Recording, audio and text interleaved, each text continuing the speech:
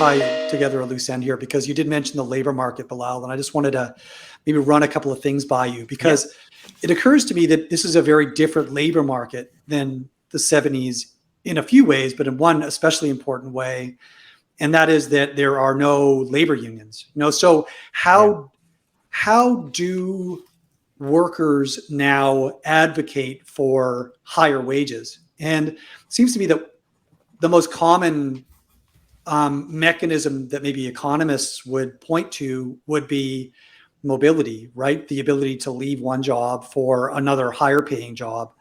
And I'm wondering if this dynamic is complicated by the fact that housing prices have shot up so substantially and so quickly in so many of the major employment centers. And so, if you bought a house locking in a 30-year mortgage at a 2 or 3% rate, and rates are now 4.5%, 5%, and you're looking at having to sell your house in San Francisco or Austin or Dallas or Miami or whatever, and move to another place to get a job at a higher wage, then you're looking at a very substantial increase to your cost of living in terms of needing to now buy a new home and get mortgage financing at rates that are a full 50 to 80% higher than what you were currently locked in at before. So I think this may be substantially limiting labor mobility and therefore substantially limiting the ability for people to move jobs. And that may be constraining this uptick in wages. And I'm also wondering whether maybe this massive increase in house prices and of course in other asset prices has created such a wealth effect. There's less of an urgency for workers to either re-enter the labor market or feel urgency to enter the labor market, and therefore increase the supply of labor, and the urgency for people that are currently working to seek a higher paying job because they're making so much more money on the appreciation of their home and the appreciation of their equity portfolios than they would from a 10% increase in their pay. Any thoughts on those? Yeah, I think they're all excellent, really, really good points, and I agree with them. All of those points that you mentioned. I mean, for sure, there is one of the big factors. Actually, there's two big factors around mobility that become very important. One is house prices, as you've said. It's hard to move, from less economically developed areas to more prosperous areas because of the housing costs. But and there's also a direct mobility issue as well, where if you have poor transport links within areas, even within a town or within a city or within a state, if the transport links are poor, that also impinges labor mobility as well, in the sense that if the subway lines or the public buses aren't running that actively, then it restricts the types of jobs you can get even within states. And not everyone can afford a car either, and so you kind of have to take that into account. So I think one of the neglected things in lots of these inequality studies and labor market studies is about mobility, transport links within cities and within states, and that's a big kind of issue. On the housing, the other related point is there's a generational issue here as well, which I think we also have to appreciate that. The young generation, people in their 20s, essentially don't have houses, can't afford a house, and so they're basically in a really, really difficult situation. And the pandemic specifically has really hurt recent graduates from university, and anyone in the education system has basically had a horrible time.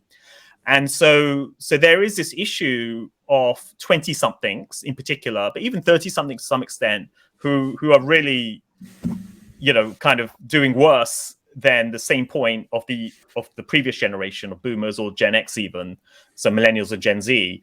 And so there's a generational gap here as well, which is important to recognize. And interestingly, what the pandemic showed was that from a policy perspective, the health and safety and the welfare of the older generation was elevated above the younger generation. So a very strong decision was said, okay, whatever it takes to protect the older generation will do. So house prices went up, the economy was shut down to prevent older people getting affected. But the consequence of that was younger people, there was an educational loss. They weren't able to get the property. So I think this is going to be an issue, a real structural issue that we're only now starting to kind of appreciate what this means. In some ways, it's almost like a lost generation that you're going to have. And there's a parallel with wars as well. When you have a war, you kind of have this effect where there's a kind of a lost generation, because they've sort of suffered from this all. The other point I would make about the mobility issue is that because some of the points you mentioned about housing, and that was already the case before the pandemic. That was a kind of an issue in terms of mobility between states. I think an interesting feature about the pandemic specifically is how has technology now entered the services sector? Because the narrative for everyone over the last 30, 40 years has been that technology has really disrupted the manufacturing sector. It's allowed globalization, offshoring, and all of that type of stuff. But the service sector has been relatively untouched by technology in terms of automation. But I think during the pandemic, what's happened is that lots of service jobs have been automated. So, for example, I'm sure you see this in Canada and North America, but in the UK, when you go to a supermarket store, they have self-checkouts. That was already the case before the pandemic, but now everything is self-checkouts. If you go to like a food place, like a sandwich place, increasingly in London now, they're self-checkout tills. They're getting rid of the staff. So you get your sandwich, you just put it on the scanner, and then you walk out. So that you need less staff for that. In terms of food delivery services, what's happening now is that in the past, you'd order from you'd use a delivery service, and the restaurant on the high street would cook the food, and a moped would then deliver it to your house. Now what's happening is those same restaurants now are using what's called dark kitchens in industrial estates to cook the food under the same brand name. So they no longer need to have that restaurant or kitchen in expensive high streets. Now you deliver food from remotely. I have a startup, so I've been, hiring people, and I've been hiring people remotely. In the past, I would have just hired people in London and New York because I'm in the finance sector, very expensive. Now, most of my staff aren't from London or New York, and they want to move to London and New York. The salary cost goes lower because your labor market's broader. So suddenly it flattens out the labor market. So suddenly, the mobility now is gone into the digital space where, okay, I need somebody who's a computer programmer, or I need an accountant. In the past, you would go to an accountant in your city. Now you don't need to. You can do it over Zoom. They could be based in a much cheaper sort of cost center. So I think we're only now starting to see the impacts of this. And this is really disinflationary. I mean, so in essence here, what this is doing is it's basically saying that we thought physical geography was some kind of constraint on the labor market. But now, because of Zoom and like what we're doing here, suddenly it allows, especially service sector jobs, you can suddenly open it all up. And I think that's something that we aren't quite sure what the full consequences of that. So for me, the technology impact on services and the lost generation are two kind of outcomes of the pandemic that aren't discussed enough, that we kind of all know intuitively.